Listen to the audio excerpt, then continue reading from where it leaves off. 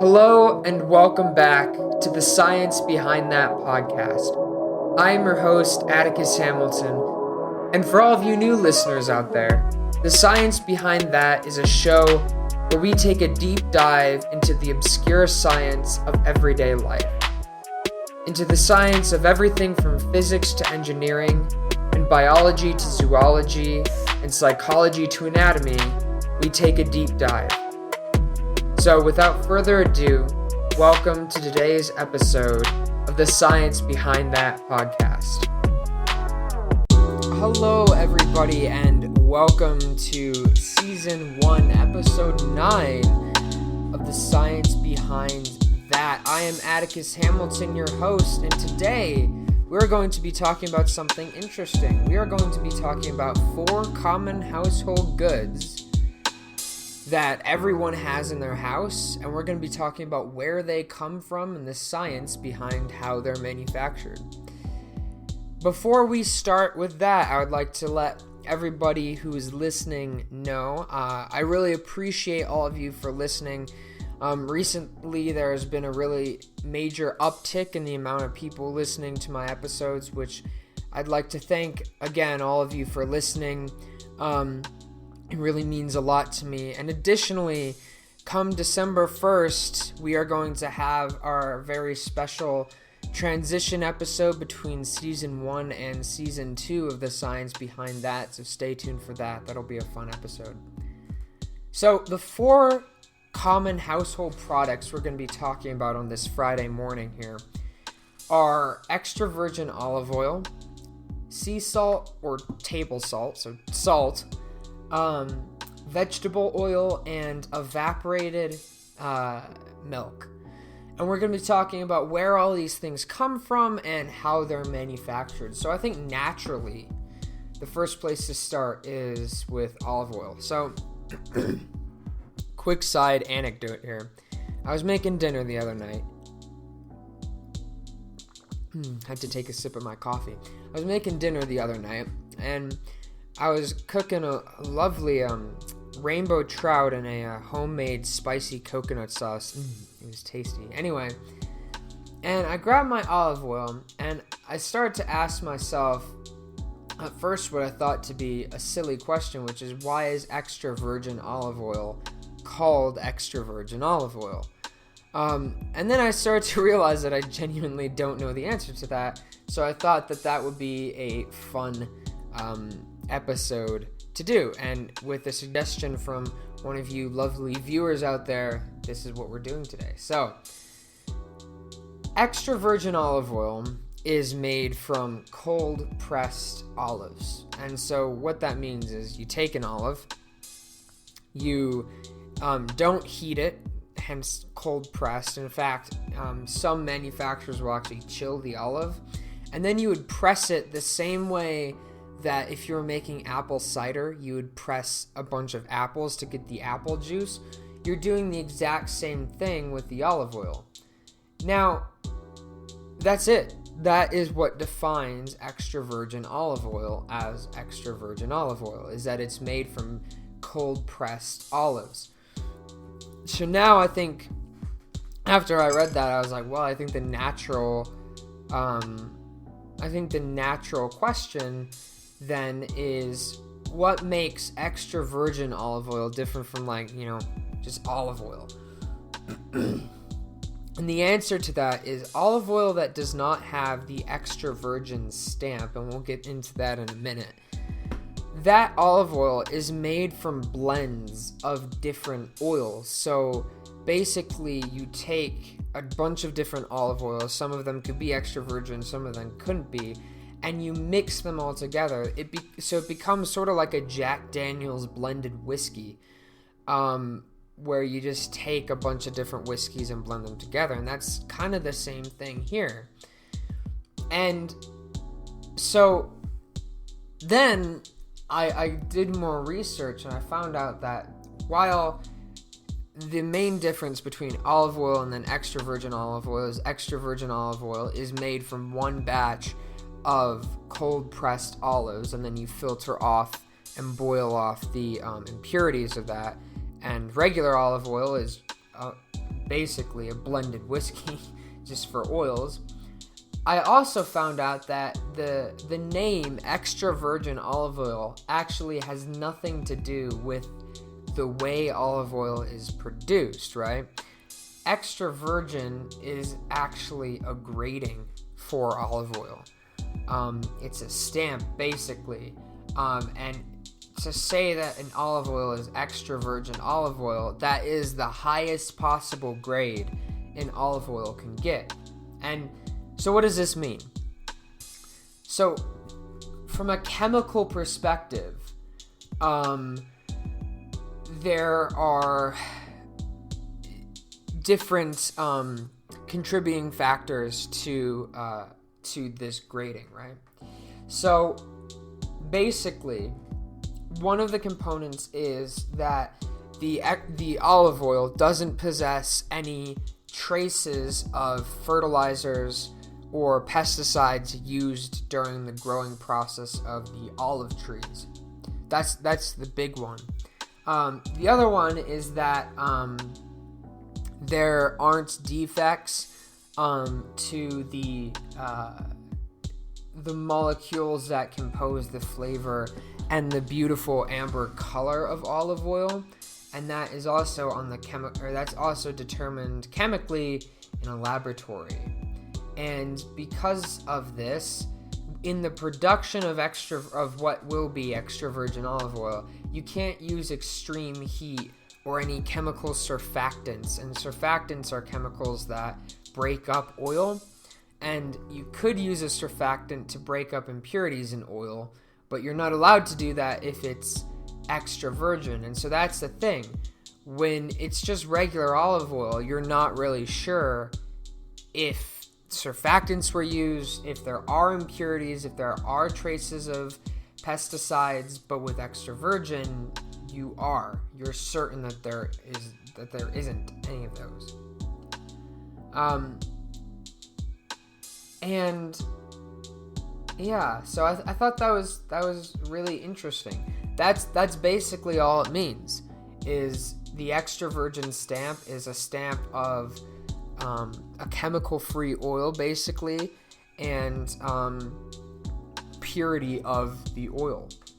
So that is your extra virgin olive oil. So the next time you're cooking somebody with a friend, and your friend makes a crude joke like my friends did about olive oil, you can actually tell them now why it is called extra virgin olive oil. So moving on now, we're going to be talking about salt and where salt and sea salt, so table salt and sea salt, come from. So let's start with table salt, shall we?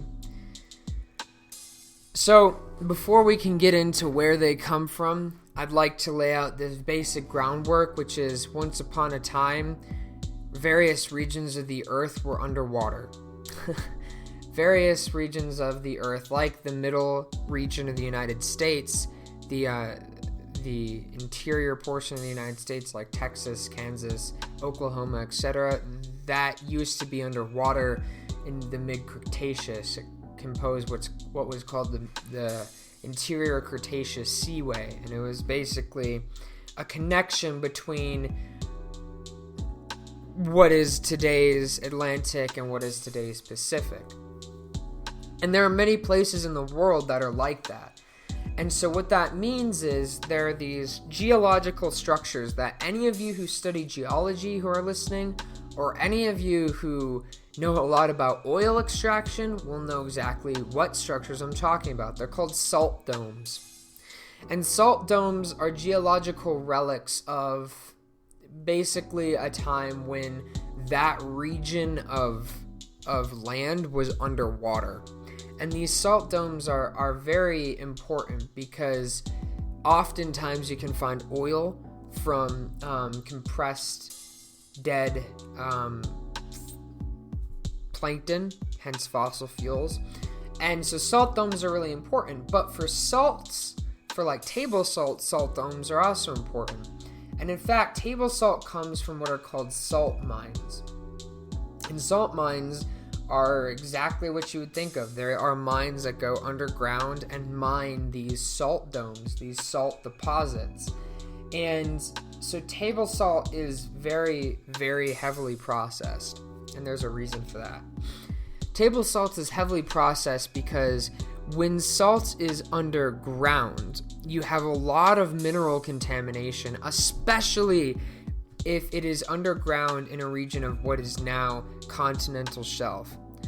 Continental crust, or the rock that composes the continents, is composed primarily of granite.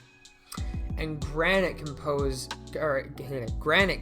a lot of radon and radium, and among other things. And so what happens is elements like radium will leach from the granite into the salt and contaminate the salt. Not to mention that underground salt deposits will have other minerals and elements like arsenic, etc., that you really, really have to remove. Lead, copper, really nasty things that are terrible for the human body. So table salt is really, really heavily processed. And additionally, because the human bodies need iodine is pretty much now, I think, universally added to table salt to help with our thyroid. And if you guys want to hear a new episode about that, hypo and hyperthyroidism, definitely let me know. I'd love to do an episode about that. And so that's where table salt comes from, underground salt mines. And so what about sea salt? So sea salt it's kind of interesting. It comes exactly from where you'd think it comes from. So sea salt production facilities can do a couple things. Oftentimes, they will make very shallow saltwater lakes if they're right by an ocean. They'll make very shallow saltwater lakes and evaporate off all that water and then carve out that residual salt. Another way to do it is harvest the salt from around landlocked salty seas like the Black Sea. That is another very, very common method of extracting sea salt. And that's about it, because there's much less harmful mineral and elemental contamination in sea salt than there is in underground salt deposits. So very, very little processing of that occurs. So that was sea salts and table salt. The next one is going to be a really kind of quick one. But the next one is, where does vegetable oil come from? So we talked about olive oil. We talked about salt, and now we're going to talk about vegetable oil. So vegetable oil is essentially is very similar to non-extra virgin olive oil. It's in that it's blends of oils from different sources. I never use vegetable oil. I always use olive oil, but I don't know. I like olive oil better than vegetable oil. Oftentimes, though, around 85% of the components of vegetable oil is soybean oil. So if any of you in the audience do not like soy or do not like soybeans like myself, maybe stay away from the vegetable oil. But yes, 85% of vegetable oil is soybean oil. And so let's talk about how it's made now and how it's extracted. So vegetable oil is a conglomeration of oils from different seeds, right? So here's how it works. And this is one of the reasons why I don't like vegetable oil. Oil can be extracted from seeds in several different ways, but one of the most common ways to do so is using a solvent. Now, a solvent is any chemical that it serves to be a medium for a chemical reaction to take place, or reacts with something else, which would be called a solute. And if you recall from the very first part of this episode, we talked about grading on extra virgin olive oil. And one of the things that they said was no chemical treatments or extreme heat shall be used. Now, there's nothing like that in place for vegetable oil, right?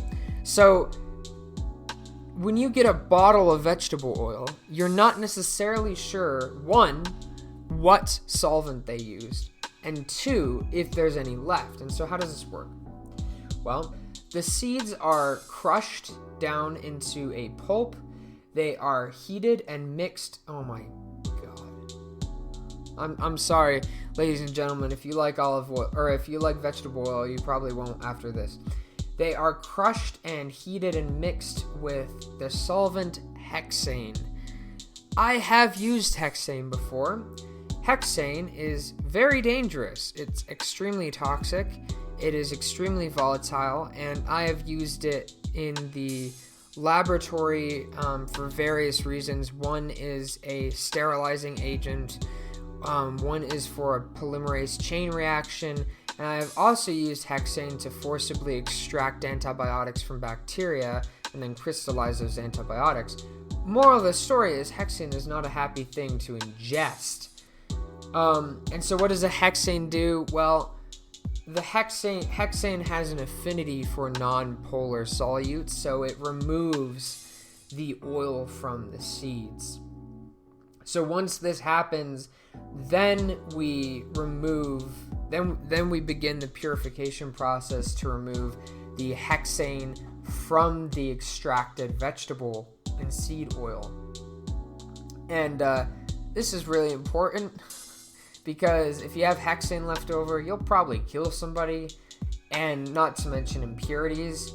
And so how does this work?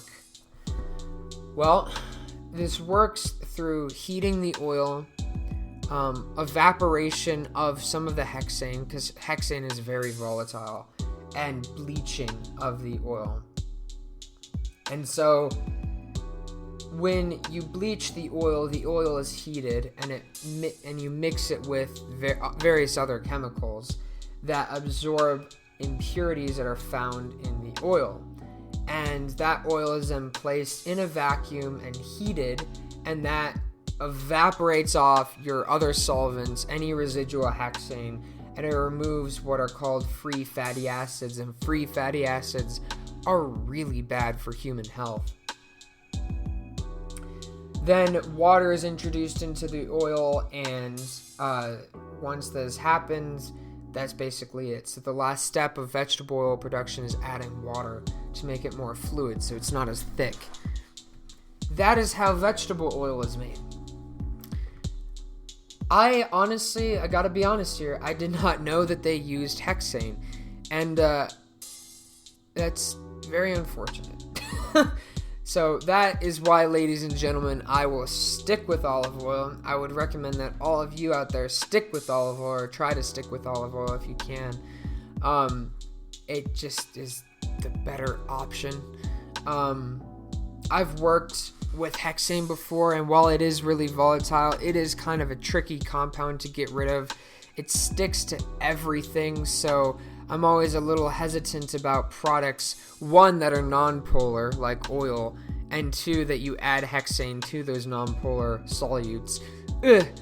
I'm not sure, that leaves me a queasy feeling in my stomach. Alright, ladies and gentlemen, we are on the last part of today's longish Friday morning episode.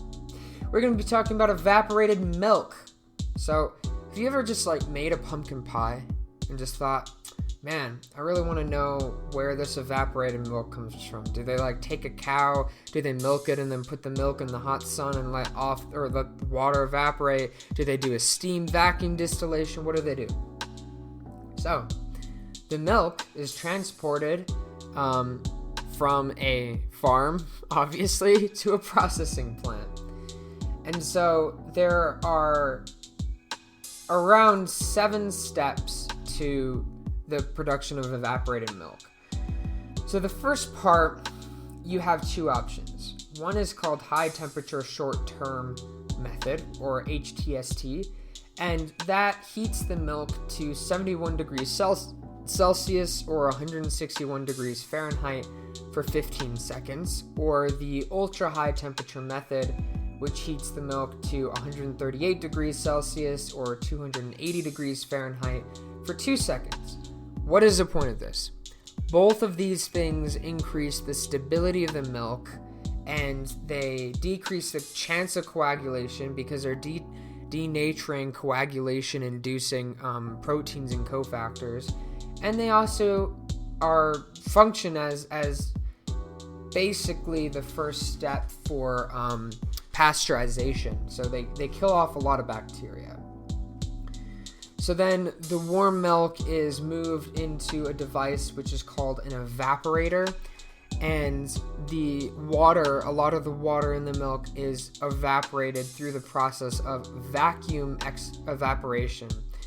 And now, for those of you who are not chemistry people, when you take a fluid and you put it in a pressure that is much lower than atmospheric pressure, that decreases the boiling point. So the lower pressure a fluid is in, the lower the boiling point is. And that's what they do here.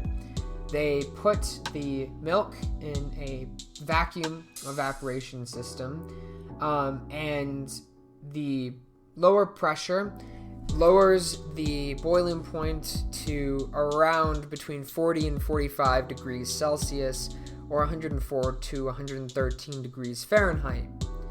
And that evaporates off a lot of the water, and so afterwards you're left with milk solids with a concentration of about 30 to 40% solid milk to solid. And this is and what that means is you basically have 30 to 40% of the milk is in solid little chunks. It's kind of nasty.